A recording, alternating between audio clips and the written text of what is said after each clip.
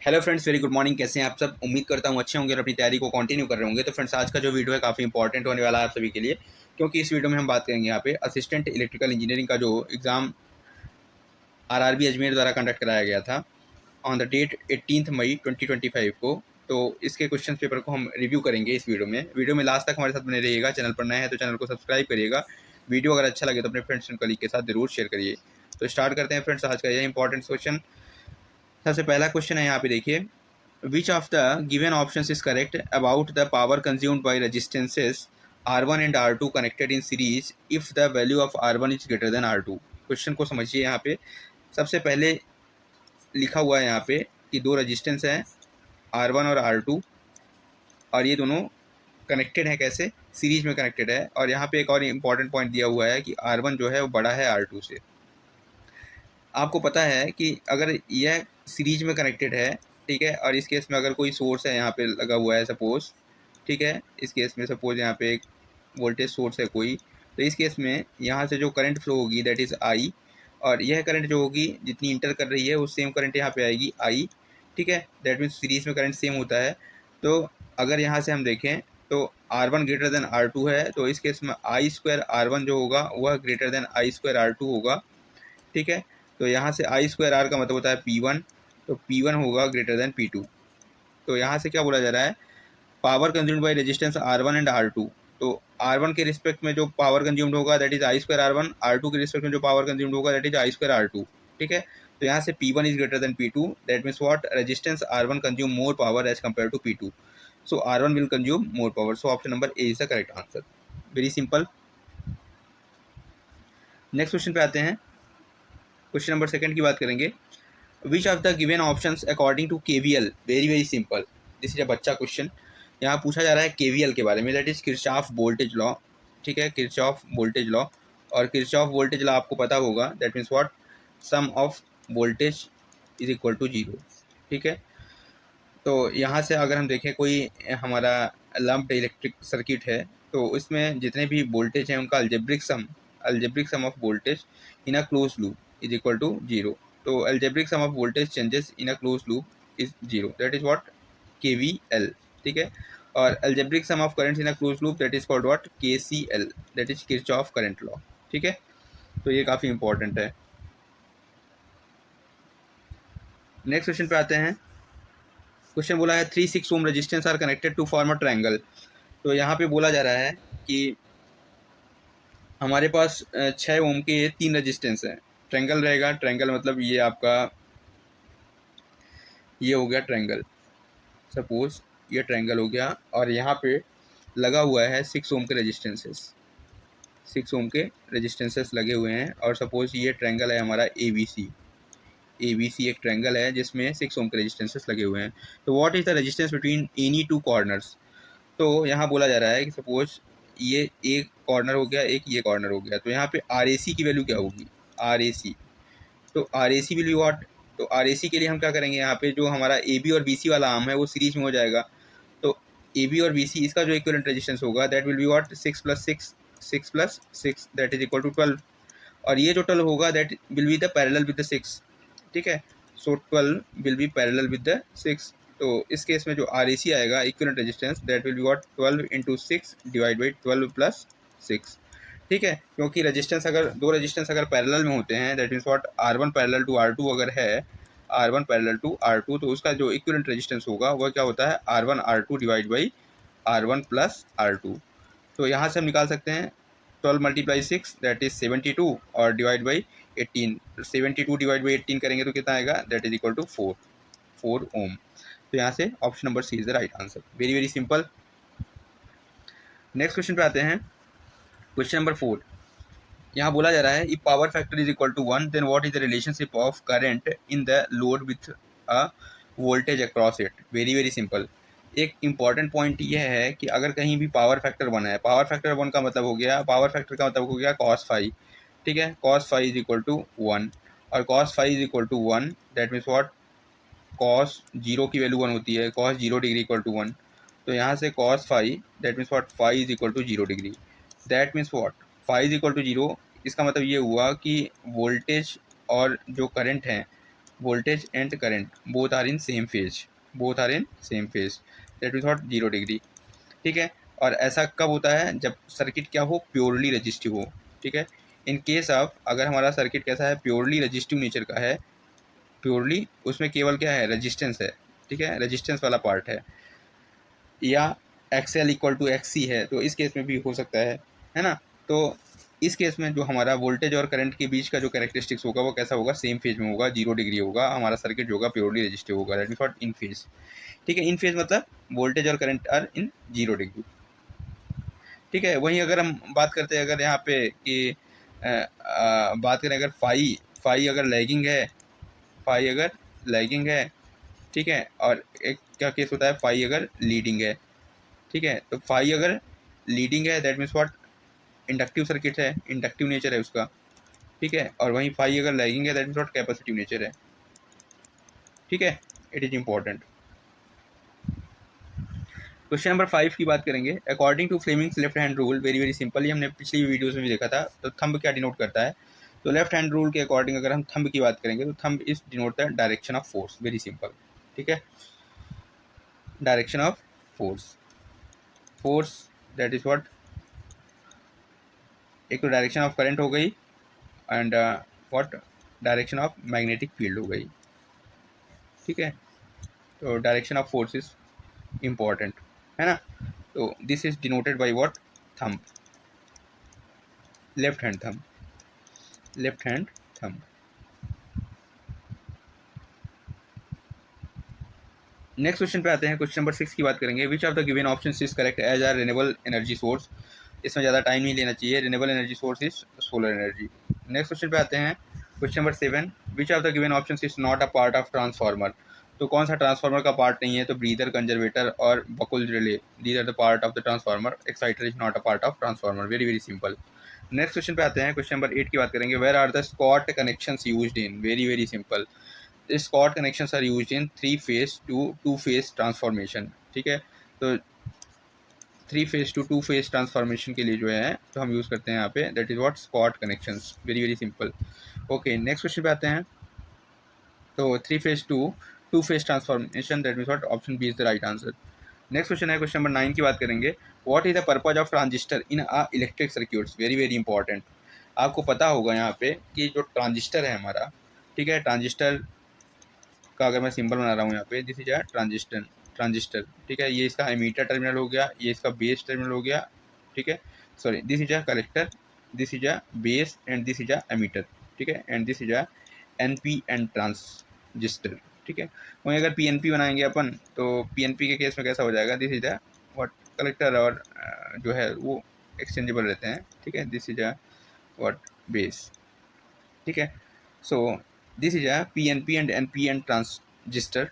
और अगर हम बात करें यहाँ पे ट्रांजिस्टर की, तो ट्रांजिस्टर की जो वर्किंग होती है, ट्रांजिस्टर वह 3 रीजन में वर्क करता है। वन इज द, ट्रांजिस्टर होता है हमारा वह 3 रीजन में वर्क करता है। This is a, one is the active region, active region, this is a cut off region, cut off region, and this is the saturation region. Saturation मैं पूरा नहीं लिख रहा हूँ, this is a saturation region. ठीक है, तो ये इंपॉर्टेंट पॉइंट है यहाँ पे आपको ध्यान देने वाली, कि जो हमारा एक्टिव रीजन होता है, इस एक्टिव रीजन में जो हमारा ट्रांजिस्टर होता है वह एज एन एम्पलीफायर वर्क करता है। तो transistor works as an amplifier in active region, in amplifier. ठीक है, whereas in saturation region and cut off region. ठीक है, कट ऑफ रीजन का मतलब क्या हो गया यहाँ पे, it is simply act as a open switch, open switch. ठीक है, whereas in saturation region it act as a closed switch, it act as a closed switch। तो बहुत सिंपल सा है यहाँ पे फंडा, कि एक्टिव रीजन के अंदर हमारा जो ट्रांजिस्टर है वो एज एन एम्पलीफायर वर्क करता है, और सैचुरेशन और कट ऑफ रीजन के अंदर हमारा जो ट्रांजिस्टर है वह एज अ स्विच वर्क करता है, तो टू एम्पलीफाई और switch electronic signals, option B is the right answer. Next question पे आते हैं। क्वेश्चन नंबर 10 की बात करेंगे। As per the given option what type of device is a diode, very very simple, very life is very easy, this is a diode. Diode is made up of what, p type and n type semiconductor, that is doped, ठीक है, through process of doping. ठीक है, तो यहाँ पे आप देख रहे हैं, यहाँ पे this is a what, P N diode. ठीक है, और पी एन डायोड आपको पता होगा, इसमें दो तरह की बायसिंग होती है, one is a forward bias and another is a reverse bias. तो आपको ये भी इंपॉर्टेंट चीज़ है, यहाँ पे दो तरह की बायसिंग होती है। ठीक है, तो फॉरवर्ड बायस में जो होता है, तो करंट जो होता है वो है हमेशा पी टू एन फ्लो करता है। ठीक है, this is a current flow, whereas small amount of leakage current flow from N to P in the reverse bias, that is reverse saturation current, that is called leakage current। ठीक है, जिसको हम negligible मानते हैं micro ampere range में। ठीक है, तो अगर हम इसको बात करें तो हम इसको हम बोलते हैं कि यह यूनी डायरेक्शनल डिवाइस है, क्योंकि यह केवल करंट का जो फ्लो होता है इसमें वह पी टू एन होता है। ठीक है, फ्रॉम पी टू एन, तो इसलिए इसको हम क्या बोलते हैं, यूनी डायरेक्शनल। ठीक है, however some small amount of current is also flow, that is called reverse saturation current, but हम उसको जो है तो काउंट नहीं करते बिकॉज ऑफ वेरी, उसकी वैल्यू बहुत माइन्यूट होती है। तो डायोड को हम कंसिडर करते हैं as a unidirectional device या unidirectional element. Next question पे आते हैं, question number 11, what are the impurities which generate holes in a semiconductor and are trivalent generally known as. Very very important, very very simple. ठीक है, यहाँ पूछा जा रहा है आपसे ट्राईवैलेंट। ठीक है, तो जहाँ भी आपको ट्राईवैलेंट दिखेगा, बेसिकली यहाँ पे हम बात करें यहाँ पे, तो आपको पता होगा कि इंट्रिंसिक सेमीकंडक्टर होता है। Intrinsic semiconductor is also called a pure semiconductor. Intrinsic या प्योर सेमीकंडक्टर, इंट्रिंसिक या प्योर सेमीकंडक्टर क्या होता है, जिसमें number of electron is equal to number of hole होता है, P is equal to N. तो जितने होल हैं उतने ही इलेक्ट्रॉन हैं अगर, तो ये प्योर सेमीकंडक्टर हो गया। अब इसको हमको अगर एक्सट्रिंसिक सेमीकंडक्टर बनाना है, एक्सट्रिंसिक सेमीकंडक्टर बनाना, एक्सट्रिंसिक सेमीकंडक्टर हम इसलिए बनाते हैं क्योंकि हमारे हमको उसकी कंडक्टिविटी को इंक्रीज़ करना है। ठीक है, तो इसके लिए हम क्या करते हैं, डोपिंग करते हैं। ठीक है, तो डोपिंग जब करते हैं तो हम दो तरह की इम्प्योरिटी को ऐड करते हैं। ठीक है, एक तो ट्राईवैलेंट होता है। ठीक है, एक ट्राईवैलेंट इम्प्योरिटीज़ होती है और दूसरा होता है pentavalent impurities, very very important. ठीक है, तो ट्राईवैलेंट इम्प्योरिटीज़ जो होती है, बेसिकली उसके अंदर अगर हम बात करें, तो जैसा कि हमारा जो प्योर सेमीकंडक्टर है, अगर हमारा उसको हम सपोज कार्बन अगर बोलते हैं, ठीक है, सॉरी कार्बन नहीं, सिलिकॉन या जर्मीनियम का यूज़ करते हैं। सेमीकंडक्टर होता है प्योर हमारा क्या, सिलिकॉन या जर्मीनियम का यूज़ होता है। ठीक है, तो अगर हम बात करें यहाँ पे, तो ट्राईवैलेंट इम्प्योरिटीज़ अगर उसके साथ ऐड करते हैं, तो इस केस में उसका जो नेचर होता है यहाँ पे, ठीक है, उसके लिए जो इम्प्योरिटीज़ होती है उसको हम क्या बोलते हैं, एक्सेप्टर्स। क्या बोलते हैं, एक्सेप्टर्स। ठीक है, क्योंकि सिलिकॉन का जो अगर हम वैलेंसी देखें तो यहाँ पे 4 होता है। ठीक है, जर्मीनियम का वैलेंसी क्या होता है, 4 होता है। अब यहाँ पे ट्राईवैलेंट मतलब 3 हो गया इसके पास, तो 4 + 3 कितना हो गया, 7। तो आउटर ऑर्बिट में टोटल 7 इलेक्ट्रॉन हो गए। तो मतलब इसको स्टेबल होने के लिए एक इलेक्ट्रॉन कहीं से लेना पड़ेगा, इसलिए इसका नेचर कैसा होगा, एक्सेप्टर होगा। ठीक है, क्योंकि आपको पता है कि 8 इलेक्ट्रॉन अगर रहेंगे आउटर ऑर्बिट में तो दैट विल बी अनस्टेबल। ठीक है, तो ये कंडीशन हो गई यहाँ पे। ठीक है, ऐसे ही अगर हम पेंटावैलेंट इम्प्योरिटीज़ की बात करें तो 4 है, और मतलब 4 इसकी आउटर ऑर्बिट में इलेक्ट्रॉन है, और अगर हम 5 की इम्प्योरिटीज़ को मिक्स करते हैं तो 9 हो गया। ठीक है, अब इसके आउटर मोस्ट ऑर्बिट में टोटल 9 इलेक्ट्रॉन हो गए, तो ये किसी को दे सकता है, एक अधिक है तो ये क्या करेगा, देगा। तो पेंटावैलेंट का नेचर कैसा हो जाएगा, डोनर। Very simple. ठीक है, तो आपको याद रखना है क्या, trivalent that means what, acceptor, और pentavalent that means donor. Very very simple. Next question पे आते हैं, question number 12, what out of the given options does a static UPS requires initially. तो स्टैटिक यूपीएस की बात करें अगर, uninterrupted power supply, this requires, अपरिहार्य लिखा है यहाँ पे, आवश्यक होगा। ठीक है, that is what, both inverter and rectifier. Very very simple. Next question पे आते हैं, इन्वर्टर भी चाहिए और रेक्टिफायर भी चाहिए। आपको पता है रेक्टिफायर का काम क्या है, व्हाट, रेक्टिफायर का काम क्या है, rectifier what, AC to pulsating DC.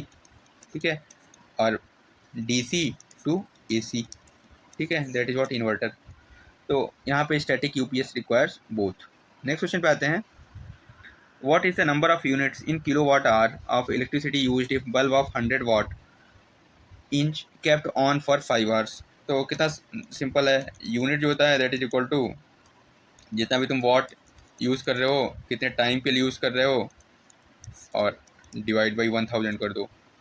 तो कितना है, 100 वाट का बल्ब है यहाँ पे, और कितने घंटे चल रहा है, ये 5 घंटे चल रहा है, डिवाइड बाई 1000 कर दिया। ठीक है, तो ये कैंसिल हो गया, दैट मीन्स व्हाट, 0.5। कितना सिंपल क्वेश्चन है, that is what, 0.5 unit. Very very simple, life easy है। नेक्स्ट है question number 14, which of the given option is an instrument use to measure current without distributing the circuit. तो इस case में इसके लिए हम क्या यूज़ करेंगे, टोंग टेस्टर। क्या यूज़ करेंगे, टोंग टेस्टर। नेक्स्ट क्वेश्चन है question number 15, what does E M F stand for. Very very simple, E M F, E is equal to minus N D phi by D T, आपको याद होगा अगर, ठीक है। यहाँ पे वर्ड यूज़ करते हैं, फैराडेज लॉ आपने पढ़ा होगा अगर यहाँ पे, ठीक है। तो यहाँ से E is equal to what, that is what, electromotive force, electromotive force.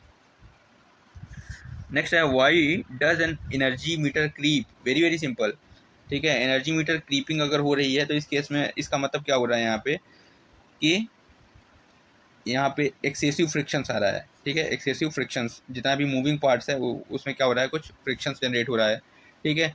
दूसरा ओवर कंपनसेशन, और तीसरा क्या हो रहा है यहाँ पे, सम मैग्नेटिज्म इज बीइंग इंड्यूस्ड। सो तीनों ऑप्शन जो हैं तो करेक्ट हैं। नेक्स्ट क्वेश्चन पे आते हैं, question number 17, in terms of green house gas emissions which are the following correct about hydrogen fuel. तो हाइड्रोजन फ्यूल आपको पता है जीरो एमिशन फ्यूल है, इसलिए अभी रेलवेज भी इसको अडॉप्ट करने की बहुत कर रहा है, बात कर रहा है, ठीक है। नेट जीरो एमिशन हमारा जो INDC का टारगेट है उसको भी याद रखो आप, ठीक है।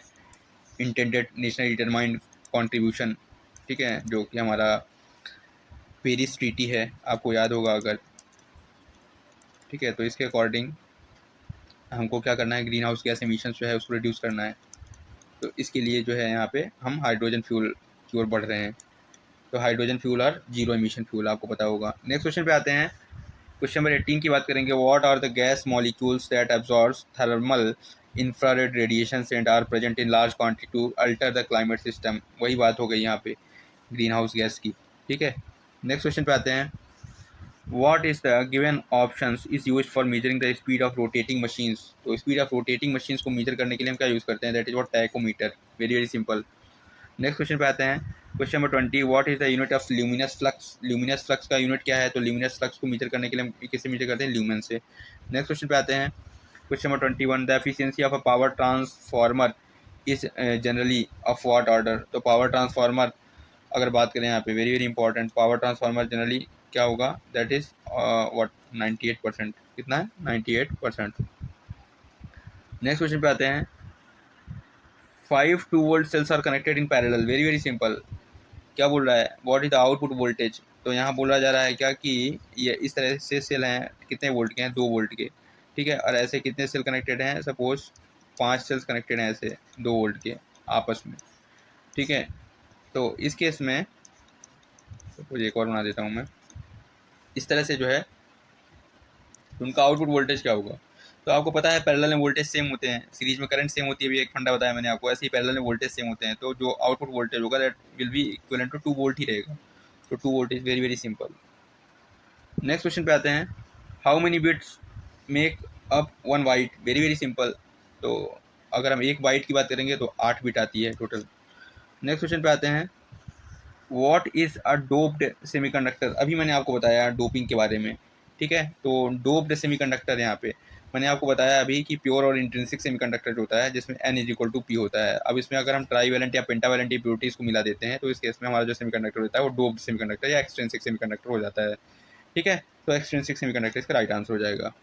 नेक्स्ट क्वेश्चन पे आते हैं, what is the horizontal distance from the what nearest face of a traction mast to the center line of a track called on Indian Railways, that is called what, implantation। very simple, उसमें encumbrance आया था पिछली, अभी जो 4 तारीख वाला exam हुआ था उसमें इनकम्बरेंस पूछा था, अभी इसमें इम्प्लांटेशन के बारे में पूछा। नेक्स्ट क्वेश्चन पे आते हैं, what is the full form of RTU in the SCADA system। very very simple, RTU is nothing but a remote terminal unit। very very simple। Next question पे आते हैं, what is the maximum height of the height gauge from the road level at a level crossing gate in a 25 kilovolt OHE electrified section on Indian railways. Very very simple, तो इसका answer क्या हो जाएगा, that is what, 4.78 metre. Okay. Next question पे आते हैं, question number 28 की बात करेंगे, what is an interrupter which connects adjacent subsectors of the 25 kilovolt OHE to maintain the continuity of power supply called on Indian Railways, and this is called a bridging interrupter। इसको क्या बोलते हैं, bridging interrupter। very very simple। next is, what is the maximum number of tracks an O type portal is generally used on Indian Railways, and this is a 6 tracks. Okay, next question पे आते हैं. Question number 30. What is the given options about 2 by 25 kilovolt OHE system when compared to the conventional 25 kilovolt OHE system is correct. So जो 2 by 25 kilovolt OHE system है, that has a better voltage regulation 1. ठीक है, it has a lesser voltage drop 2, and one is the minimize the effect of electromagnetic interference, that is EMI. So all the options are correct. Very very simple. Next one is which are the following is not correct about neutral section. यहाँ पे पूछा रहा है, याद रखिए यहाँ पे सबसे पहले not, focused on not, which is not correct about neutral section of 25 kilovolt to HE. ठीक है, तो it isolates power supply of two different phases. Electric locos can pass this section by their momentum. It is located corresponding to the SP, and it improves the power factor of the OHE. ठीक है, तो इसका answer क्या हो जाएगा, that is what, कौन सा correct नहीं है, तो it improves the power factor of OHE. ठीक है, it improves the power factor of OHE, ये नहीं करता, इसके अलावा all are right. Next question पे आते हैं. What must be important combined earth resistance for a 25 kilovolt switching stations on the Indian Railways, and this is nothing but a 2 ohm. Next question है question number 33. In a 25 kilovolt OHE system, difference between an insulator in a normal zone and insulator in a polluted zone. तो दो तरह के zone हो गए, normal zone और polluted zone के अंदर. तो यहाँ पे पूछा जा रहा है क्या, what is the major difference. तो मेजर डिफरेंस बेसिकली है क्या, स्पेसिफिक क्रीपेज डिस्टेंस. ठीक है, वेरी वेरी इंपॉर्टेंट. ठीक है, कमेंट में आप बताओ स्पेसिफिक क्रीपेज डिस्टेंस क्या होता है. Which of the given options is not a part of cantilever assembly in the 25 kilovolt OHE system on Indian Railways, and this is nothing but a ATD. Comment में बताओ आप ATD का full form क्या होगा. Next question पे आते हैं. What is the material of which the catenary wire for the conventional 25 kilovolt OHE is made up of Indian Railways, and it is made up of what, cadmium copper. Okay, next question पे आते हैं. What is the normally the cross section of the contact wire for a 25 kilovolt OHE on Indian Railways, और इसका जो cross section होता है that is what 107 mm square होता है. नेक्स्ट क्वेश्चन पे आते हैं. Which equipment are used to decide whether a traction mast is leaning mast in the 25 kilovolt OHE system, and this is decided by the plumb bob with measuring tape. Next question पे आते हैं. Question number 38. What is the normal rated current in the OHE in a single track conventional 25 kilovolt OHE system on Indian Railways? ये question repeated question है, पिछले exam में पूछा था. 600 ampere, it is the right answer. Next question है. What is the shortest section in the 25 kilovolt OHE system which can be isolated manually, and this is called a elementary section. Very very नाम से पता लग रहा है कि it is called a elementary section. What is the gap kept between the two OHEs in an insulated overlap in a 25 kilovolt OHE system on the Indian Railways, and this is nothing but a 200 mm.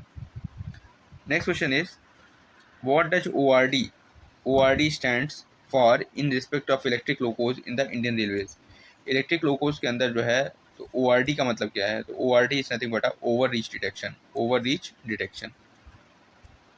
Next है question number 42. Due to which are the following options does wheel slipping occurs in the locomotive. Very very important, wheel slipping. ठीक है, wheel slipping जो locomotive के अंदर होता है वह किस कारण होता है, due to down gradient, due to rise gradient, due to applied. Very very important, applied tractive effort being more than the adhesive weight of loco. ठीक है, तो अगर यहाँ पे क्या होगा, ट्रैक्टिव एफर्ट जो होगा is what, more than what, force of adhesion. तो इस केस में that will cause the what, slip. Very very important. ठीक है, नेक्स्ट क्वेश्चन पे आते हैं. Question number 43. What is the maximum axle load of WAG9 loco. WAG9 loco जो है उसका मैक्सिमम एक्सल लोड की बात करें अगर 20.5 टन होता है. नेक्स्ट क्वेश्चन पे आते हैं. What is the maximum speed of WAP5 लोको. तो WAP5 लोको का जो मैक्सिमम स्पीड है वह 160 kmph है. नेक्स्ट क्वेश्चन पे आते हैं. What is the full form of SLAM? Very very important. SLAM is nothing but a system for locomotive asset management. Very very important है SLAM. What is the full form for IGBT? ठीक है, तो IGBT is nothing but a insulated gate bipolar junction transistor. Insulated gate bipolar transistor. So option number A is the right answer. और GTO का full form बताइए. तो GTO is nothing but a what, gate turn off thyristor, ठीक है, this is GTO, ठीक है, and this is IGBT, insulated gate bipolar transistor, ठीक है। नेक्स्ट है what is the output voltage of a hotel load converter in a 3 phase electric locomotive on Indian railway for feeder the load hotel load of the train. तो this is nothing but a 750 volt 3 phase, ठीक है, 3 phase रहेगा और कितना volt रहता है 750 volt, very very simple. Next question is which equipment in a 3 phase electric locomotive on Indian Railways converts a single phase 25 kilovolt AC supply to 3 phase AC supply and feeds to traction motor, ठीक है। तो basically ये काम कौन करता है, it is done by what, traction converter, very very simple, ठीक है। तो जो TC होता है, ठीक है, that is what traction converter, वह क्या करता है, हमारा जो सिंगल फेज है ना 25 किलोवोल्ट सप्लाई है उसको 3 फेज सप्लाई में कन्वर्ट करता है, that is converted bye TC, that is traction converter. और जो ट्रैक्शन कन्वर्टर होते हैं वो सभी में अलग अलग होता है, मेधा में अलग होता है ना, तो उसको भी आप एक बार रिव्यू कर लीजिएगा। नेक्स्ट क्वेश्चन पे आते हैं, सीमेंस लोको में, मेधा लोको में।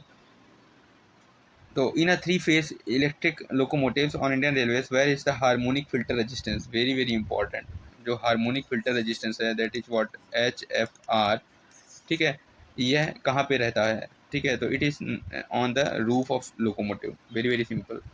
Next is what is the mandatory medical category of the LPs and ELPs, ये तो सबसे बन जाएगा, ठीक है, that is what A1, A1 रहेगा तभी वो प्रॉपर तरीके से गाड़ी चला पाएगा, ठीक है।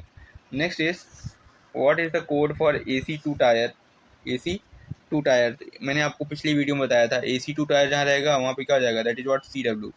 अगर AC3 टायर है, AC3 टायर है तो क्या हो जाएगा CN, ठीक है। तो AC2 टायर हो गया, EOG हो गया, LHB कोच हो गया, तो LHB कोच के लिए L यूज़ करेंगे, ठीक है, LWACCW, ठीक है, AC कोच है ना, तो LWACCW, ओके। और एंड ऑन जनरेशन है, कैसा है, and on generation LWACCW, very very important. Self generation होता है G for self generation, G for self generation. Next question पे आते हैं, on what electric power supply out of the given options does a mobile charger हो गया या laptop charging socket work in LHB AC coaches. तो basically 110 volt AC पे काम करता है, वो सिंपल है। नेक्स्ट है what is the total number of RMPU provided, कितने RMPU हैं 2 टायर LHB AC कोचेज है, अगर हमारा 2 tyre LHB AC coaches that is LWACCW के अंदर जो है आपके कितने, मतलब ये A1 A2 वाले जो कोचेज हो गए दैट इज व्हाट, ठीक है, उसके अंदर कितने RMPU होते हैं, टोटल नंबर ऑफ RMPU, तो टोटल नंबर ऑफ RMPU तो 2 ही रहेंगे, ठीक है, तो 2 is the right answer.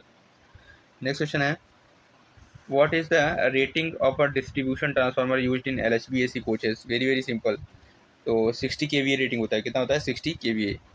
Next question है what is the capacity of a diesel engine in the LHB power car, LHB power car जो होता है दैट इज LWLRRM, ठीक है, तो L for LHB, W vestibule, L for luggage, ठीक है, R for guard compartment, है ना, और RM फॉर पावर कार, ठीक है।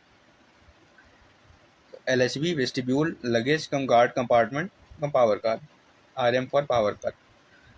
तो यहाँ पे LWLRRM के अंदर जो अगर हम बात करें, जो भी डीजल इंजन होता है उसकी कैपेसिटी कितनी होती है, that is what 490 bhp।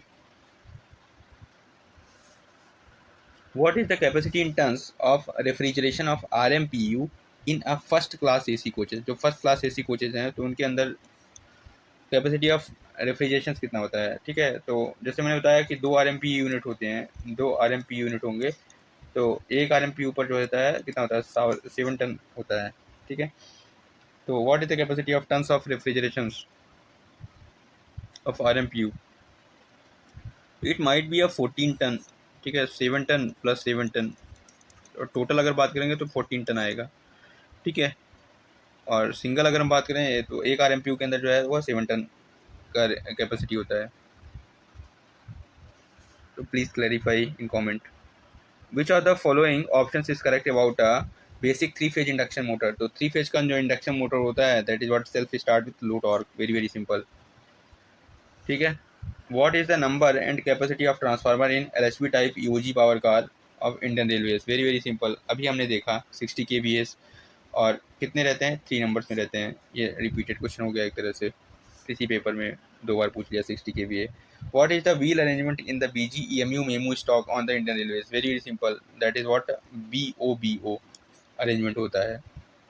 Next one is what is the dia of the new wheel of BGEMU AC EMU stock के अंदर जो है न्यू व्हील का डाया कितना होता है, तो 952 होता है, 952 mm।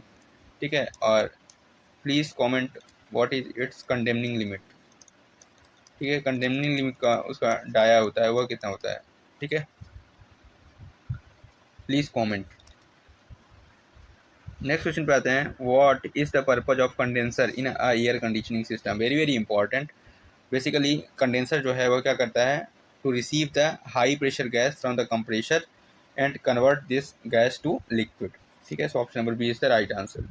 नेक्स्ट क्वेश्चन है, which device is use to bring an elevator to the correct level both during run and during over run case, तो इस केस में जो है तो कौन सी डिवाइस है जो कि एलिवेटर को करेक्ट लेवल पर लाता है, तो this is called a levelling device, very very simple. Next one is which safety mechanism prevents the elevator from moving it if the doors are not close, अगर doors close नहीं है तो इस case में उसको मूव करने से prevent करता है, and this is called a interlock system, very very simple. Next one is as per RDSO specification of 2019, what is the angle of inclination prescribed for the escalators to be provided at a railway stations, तो इसके लिए जो escalations है angle है that is what 30 degrees, very very important। next one is what is the full form of COP, तो COP in reference to the refrigeration, refrigeration के case में अगर हम बात करें तो COP इज नथिंग बट तो COP करेगा क्या, basically it is called a coefficient of performance, coefficient of performance, option D. ठीक है, basically coefficient of performance for the refrigeration अगर बात करें तो heat remove from the cold reservoir और sink, heat remove divide by work done by the compressor, work done by the compressor, that is called coefficient of performance. ठीक है, तो अगर जितना हायर कोफिशिएंट ऑफ परफॉर्मेंस होगा उतना more efficient refrigerator आपका होगा। ठीक है, तो इसका मतलब यह है कि उसको जो है तो कम काम करना पड़ेगा to remove a given amount of heat. तो ऐसे ही अगर हम यहाँ पे रेफ्रिजरेशन की बात करें, अगर हम यहाँ पे रेफ्रिजरेशन की बात करी हमने, और अगर हम एयर कंडीशनिंग की बात करें यहाँ पे, तो उस केस में जो कोफिशिएंट ऑफ परफॉर्मेंस होगा that is equal to what, cooling output, cooling output divide by electrical input, electrical input. Generally जो कोफिशिएंट ऑफ परफॉर्मेंस होता है वह क्या होगा, उसकी वैल्यू मोर देन 1 ही रहती है। ठीक है, तो cooling output divide by electrical input. ठीक है, अगर सपोज मान लीजिए कि COP जो है 4 है, तो 4 COP होने का मतलब हुआ कि जो आपका AC है that provides what 4 unit of cooling. ठीक है, अगर हम 1 यूनिट इसकी बिजली को खर्च कर रहे हैं, 1 यूनिट ऑफ इलेक्ट्रिसिटी खर्च कर रहे हैं, तो इस केस में हमको वो कितना आउटपुट दे रहा है, 4 गुना, 4 यूनिट ऑफ कूलिंग दे रहा है। तो कभी भी अगर हम AC अगर परचेस करते हैं तो इस केस में हमको हायर COP वैल्यू का AC परचेस करना चाहिए, हायर COP वैल्यू। तो हायर COP वैल्यू इसका मतलब बेटर एनर्जी एफिशिएंसी, या उसका जो एनर्जी कंजम्पशन होगा वह कम होगा। ठीक है, तो ये काफ़ी इंपॉर्टेंट है यहाँ पे कि हायर COP तो मोर एफिशिएंट रेफ्रिजरेटर, या हायर COP तो more efficient what air conditioner। Next one is as per the IRSOP model SOP, power of acceptance of the DRM for service contract. तो service contract की बात करें अगर तो DRM की जो पावर होती है वह कितनी होती है, DRM की पावर कितनी होती है, 20 करोड़ से 100 करोड़, 20 करोड़ से 100 करोड़। और ADRM की पावर कितनी होती है, दैट इज व्हाट 4 करोड़ से 20 करोड़। ठीक है, और 100 करोड़ से 500 करोड़ की पावर होती है that is what PHOD, PHOD CHOD की जो पावर होती है कोऑर्डिनेटेड HOD, उसकी पावर कितनी होती है, 100 करोड़ से 500 करोड़। ठीक है, next one is from the given options from the electrical distribution which option given the advantage of cabling over overhead wires, very very important. and this can be used in a congested area. तो cabling का use that can be used in a congested area. Next one, what out of the given options is 1 ton of refrigeration is equal to? Very very important, 1 tons of refrigeration, 1 TR. ठीक है, तो 1 ton of refrigeration is equal to what? That is nothing but a 210 kilojoule per minute, kilojoule per minute. ठीक है, and it is equal to what? 3.5 what kilowatt, and that is equivalent to what? 12,000 British thermal unit per hour. Very very important, 12,000 British thermal unit. ठीक है, तो 1 ton refrigeration जो है, 1 ton of refrigeration that tells about a cooling capacity of AC. ठीक है, that means what? Rate of heat transfer. ठीक है, जिसमें कि वह क्या कर रहा है, 1,000 किलोग्राम ऑफ जो आइस है आपका, प्योर आइस, ठीक है, एट 0 डिग्री सेल्सियस, उसको 24 आवर में मेल्ट कर देता है. ठीक है, that is the 1 ton of refrigeration. ठीक है, तो यहाँ से आपको पता लग रहा है क्या? 12,000 British thermal unit per hour. Next question है, what should be the minimum height of rail level of the new overhead power line of a voltage above 30 kilovolt, 33 kilovolt and up to 66 kilovolt crossing the railway track on a Indian Railways. ये question भी repeated है. 14.96. As per the Indian Railways MSOP 2018, what is the power of JG or selection grade officer to sign non-stock requisition? यहाँ पे अगर non-stock indent है अगर यहाँ पे, ठीक है, तो इस केस में यहाँ पे बोला जा रहा है जेजी और एसजी के लिए कितना रहता है? That is what? Equal to अब 2 lakh and up to what? 15 lakh. Up to 25,000 किसके लिए रहता है? जूनियर स्केल के लिए रहता है. ठीक है, 25,000 से 2 लाख रहता है किसके लिए? That is what? Senior scale के लिए रहता है. ठीक है, 2 लाख से 15 लाख किसके लिए रहता है? That is what? जेजी और एसजी के लिए रहता है. ठीक है, और 15 लाख से 45 लाख किसके लिए होगा? यहाँ पे एडीआरएम. ओके, तो ये इंपॉर्टेंट है यहाँ पे. Next one is, who is the chairman of the संसदीय राजभाषा समिति? संसदीय राजभाषा समिति एक जो चेयरमैन होते हैं वो कौन होते हैं? हमारे गृह मंत्री साहब हैं, that is ex officio mister Amit Shah. ठीक है, और home minister. Okay, next question is, based on the Rajbhasha uses in how many areas? इसको तो पढ़ना ही नहीं है, ये क्वेश्चन को इतना आसान है. That is what? 3. ठीक है, का क्षेत्र, खा क्षेत्र और गा क्षेत्र. ठीक है, इसमें बांटा गया है. Next one is, the award scheme for encouraging the literary talent of Indian railway official for novel and story. जहाँ पे दिखे तो मुंशी प्रेमचंद को याद कर लीजिए आप, मुंशी प्रेमचंद. ठीक है, very very simple. Next one is, which railway officers in the chairman of what division railway? और यहाँ पे डोलिक पूछ रहा है, डोलिक. ये क्वेश्चन भी रिपीटेड है आपका. Divisional official language implementation committee, तो डीआरएम साहब रहते हैं डोलिक के लिए. तो ठीक है, repeated question. Next one is, on which date Hindi Diwas celebrate होता है? तो हिंदी दिवस कब सेलिब्रेट होता है? That is what? 14 सितंबर. ठीक है, अब हिंदी दिवस अगर लिखा है तो by default that means what है? नेशनल हिंदी दिवस की बात हो रही है. किसकी बात हो रही है? National Hindi day. खैर यहाँ पे कन्फ्यूजन वाली कोई बात नहीं है क्योंकि 10 जनवरी ऑप्शन नहीं है. ठीक है, that is world Hindi day. Next one is, who was the first chairman of Rajbhasha commission? That is what? B G Kher commission. आपको पता होगा बीजी खेर कमीशन. ठीक है, 7 जून 1955. ये भी आपको याद होगा डेट. ठीक है, दैट इज व्हाट? बाला साहब गंगाधर खेर. ठीक है, बॉम्बे स्टेट के पहले मुख्यमंत्री थे ये. विच ऑफिशियल इज कॉल्ड अ प्रवीणता प्राप्त? प्रवीणता प्राप्त, प्रवीणता प्राप्त का मतलब क्या हुआ? That is what? Proficiency in Hindi. Proficiency. ठीक है, what is proficiency and what is working knowledge? इसके बारे में आपको फ़र्क पता होना चाहिए कि वर्किंग नॉलेज इन हिंदी क्या है और प्रोफिशिएंसी इन हिंदी क्या है. तो प्रोफिशिएंसी इन हिंदी का मतलब हो गया कि वह मैट्रिक लेवल पास कर लिया है और हिंदी मीडियम में पास किया है. ठीक है, तो pass matric level examination with Hindi medium, that is what? A proficiency. Next one is, Rajbhasha नियम 1976 जो है आपका 1976, वह किस स्टेट के लिए अप्लाई नहीं होता है? तो बहुत सिंपल सा क्वेश्चन है, that is Tamil Nadu.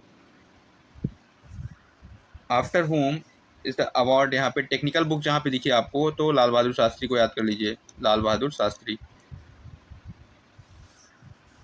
Eighth schedule जहाँ पे दिखे आपको, और इसमें पूछा जा रहा है कितनी लैंग्वेजेस हैं, तो आप याद कर लीजिए 22 लैंग्वेजेस हैं। ओरिजिनल कॉन्स्टिट्यूशन में टोटल 14 लैंग्वेजेस थी। If there is only one offer received in limited या ओपन टेंडर, तो इसका मतलब है केवल सिंगल ऑफर आया हुआ है। ठीक है, पीएससी ऑफर, पीएससी का मतलब होता है सिंगल टेंडर, पीएससी का मतलब यहाँ पे single tender, single tender case में हम पीएससी जारी करते हैं, प्रोप्रिएटरी आर्टिकल सर्टिफिकेट। ठीक है, single tender. Next one is what is the portal for online monitoring of railway budget announcement in India? तो इसके लिए जो online portal, online monitoring of the railway budget, that is done by the E Samiksha, very very important, ई समीक्षा। ई समीक्षा, ई समीक्षा को start कब किया गया था? दैट इन अप्रैल 2015 में, और उस टाइम पे जो हमारे रेल मिनिस्टर थे मिस्टर सुरेश प्रभु। ठीक है, तो सुरेश प्रभु साहब ने जो है तो इसको स्टार्ट कराया था, और इसका मेन पर्पज़ क्या था कि मॉनिटरिंग द इम्प्लीमेंटेशन ऑफ जो भी बजट अनाउंसमेंट है उसकी मॉनिटरिंग और उसका इम्प्लीमेंटेशन प्रॉपर तरीके से हो जाए। ठीक है, उसके लिए जो है तो ई समीक्षा पोर्टल को लाया गया था। इसके अलावा जो पोर्टल है ई दृष्टि, बेसिकली ई दृष्टि की अगर बात करें तो ई दृष्टि, दृष्टि का मतलब होता है मॉनिटरिंग से रिलेटेड है यहाँ पे। ठीक है, तो कॉम्प्रिहेंसिव मॉनिटरिंग करना है हमको, अगर हमको क्या करना है, कॉम्प्रिहेंसिव मॉनिटरिंग करना है, तो कॉम्प्रिहेंसिव मॉनिटरिंग के लिए हमने कौन सा पोर्टल लाया? इसके लिए कॉम्प्रिहेंसिव मॉनिटरिंग के लिए हमने लाया है ई दृष्टि। ठीक है, तो कॉम्प्रिहेंसिव मॉनिटरिंग हम किसकी करेंगे? बेसिकली हम अपने KPIs जो हमारे की परफॉर्मेंस इंडिकेटर्स हैं, है ना, तो उनकी हम मॉनिटरिंग करेंगे। लाइक हमारी जो पंक्चुअलिटीज़ है, ट्रेन की पंक्चुअलिटीज़ हो गई, है ना, हमारा जो फ्रेट ट्रेन है उसका मूवमेंट कहाँ पे हो रहा है। ठीक है, हमारा जो कई मेजर माइनर प्रोजेक्ट्स हैं हमारे, उनकी प्रोग्रेस क्या है, तो उनके लिए जो है तो हमने क्या है बेसिकली क्या बनाया हुआ है, ई दृष्टि को बनाया हुआ है। ठीक है, इसके अलावा अगर हम बात करें आपके ई सुविधा की, तो ई सुविधा पोर्टल बेसिकली किसके लिए बनाया है? RPF स्टाफ के लिए। किसके लिए है? RPF स्टाफ के लिए बनाया हुआ है। तो RPF स्टाफ का जितना भी इम्पोर्टेंट इन्फॉर्मेशन है, उनके बायोडाटा हो गया, ठीक है, उनका ट्रांसफ़र हो गया, उनका प्रमोशन हो गया, ठीक है, उनके लीव रिकॉर्ड्स हो गए, सर्विस बुक हो गई, अपार हो गया, है ना, तो उनकी फैमिली डिटेल्स, पनिशमेंट, ये सब का जो डेटा है, ट्रांसफ़र, प्रमोशन, ये सब डेटा कहाँ मिलेगा? इसके लिए क्या बनाया है इन्होंने? ई सुविधा। ठीक है, इसके अलावा एक बच रहा है ई सक्षम। तो ई सक्षम बेसिकली किसके लिए? सक्षम नाम से पता चल रहा है कि कुछ ट्रेनिंग देना है यहाँ पे। क्या देना है? तो training of the railway employees, जिससे कि उनकी जो स्किल्स है अपनी स्किल्स को या नॉलेज को इम्प्रूव कर पाएँ। तो उसके लिए जो है तो इंडियन रेलवेज के द्वारा जो है तो प्रोजेक्ट सक्षम भी चलाया गया था, आपको याद होगा। इसी का जो है तो अगर हम इसी को ऑनलाइन कर देंगे, ठीक है, तो ऑनलाइन ट्रेनिंग की बात कर लेंगे यहाँ पे, तो ई सक्षम आ जाएगा। ओके, नेक्स्ट है what is the full form of RTGS? RTGS is nothing but a real time gross settlement, very very simple, real time gross settlement. ठीक है, और वहीं पे NEFT का फुल फॉर्म आप बता दो कमेंट में, NEFT क्या होता है। Next one is what is the plan head 17? तो प्लानेट 17 की बात करेंगे, तो plan head 17 is nothing but a computerisation projects. Okay, next one is other electrical work, plan head 36। ठीक है, व्हाट इज द प्लानेट 16? तो बेसिकली प्लानेट 16 यार्ड रिमॉडलिंग के लिए होता है, yard remodelling, very very simple, याद है पूरा, आपको याद होना चाहिए। What is the demurrage? Demurrage applicable in Indian railways, उसमें वॉरफेज पूछा था, आपको याद होगा अगर, तो वॉरफेज चार्जेस पूछा था, इसमें इन्होंने डिमोरेज चार्जेस पूछ लिया। तो बेसिकली क्या है कि penalty for detaining the wagons और vehicle for loading unloading beyond free time, है ना, तो इस केस में जो है उसको वहाँ पे क्या उसको देना होता है, डिमोरेज चार्जेस देना होता है।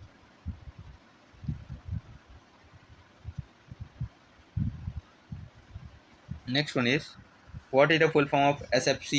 SFC is nothing but a specific fuel consumption. ठीक है, तो इसकी जो बताइए यह कितना होता है specific fuel consumption? What is 1000 GTKM या 1000 NTKM? Please comment. ठीक है, स्पेसिफिक फ्यूल कंजम्पशन को हम कैसे मीजर करते हैं। Next one is what is the fund RRSK? RRSK that is राष्ट्रीय रेल संरक्षा कोष। तो बेसिकली ये क्या है, सेफ्टी वर्क्स के लिए यूज़ कर रहे हैं, किसके लिए यूज़ कर रहे हैं? सेफ्टी वर्क्स के लिए। Next one is what is the expenditure? On renewals and replacement. तो रिन्यूअल्स एंड रिप्लेसमेंट्स के लिए जो है बेसिकली हम यहाँ किसके थ्रू करते हैं, DRF के through, depreciation reserve fund. What is the term for the lump sum provision in the pink book as an item under certain plan heads costing up to 2.5 crore. तो कॉस्टिंग अप टू 2.5 crore है, against which number of works is specific category can be undertaken by the railway, that is under the umbrella work. Next one is in the context of the regular service period, what the MACP admissible in the Indian Railways as per the given options। तो 10 20 30 साल आप सबको पता होगा, ठीक है। तो ACPS वाला सिस्टम था, ACPS में जनरली कितना था, 12 और 24 साल में, ठीक है। और जब MACPS आया तो MACPS के अंदर क्या हो गया आपका, 10 20 30 हो गया। तो ये आपको याद रखना है। What is the minimum qualifying service required for acceptance of voluntary retirement request on the Indian Railways? तो ये भी पता है आप सबको, 20 साल। Next one is what is the allowances given to the running staff who could not avail a rest as prescribed in HOER hours of employment regulations on the Indian Railways। तो इस केस में breach of rest allowance मिलता है। Next one is commuted pension will be restored after the expiry of how many years after the retirement? तो 15 साल। Next one is what is the permissible HRA as per the 7th for by class city और B class city? तो इसके लिए जो है तो 20% है। एक्स क्लास सिटी या ए क्लास सिटी के लिए जो है 30% है। जेड क्लास सिटी के लिए कितना है, दैट इज़ व्हाट 10% है। What is the minimum time required to be away from the headquarter on duty? अगर डिस्टेंस 8 किलोमीटर से ज़्यादा है तो 100% टीए का मिलेगा जब वह 12 घंटे से ज़्यादा रहेगा। Next one is subject to the condition that basic pay plus NPA, ठीक है, non practice allowance does not exceed 2,37,000 per month. What is the non practising allowance paid to the doctors in Indian railways? तो इसके लिए NPA जो होता है वो कितना मिलता है, 20%। कितना है, 20%। So 20% is the right answer. Next one is as per the 7th CPC how many pay levels are there? तो in pay matrix there are 18, very simple. और 18 वाला जो होता है वो कितना रहता है, 2,50,000, है ना।